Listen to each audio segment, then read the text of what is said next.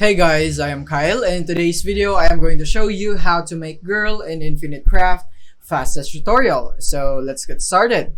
So the first thing that we would need is water, and then we would add another water to create lake, and then we need fire and fire to create volcano, and then we're going to combine to get an island, and then combine another island to get continent, and then we're going to add two earths together, and then we're going to add these two together right here.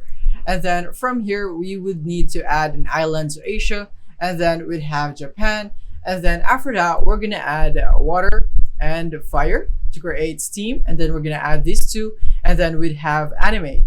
And then after this is we're gonna add earth and wind to create dust, and then another earth to create planet, and then another wind and dust right here to create sandstorm. And then once you have this right here, you want to combine this with planet to create that, and then we'd need this earth right here, and then water, and then we're gonna combine these two, and then we're gonna add fire.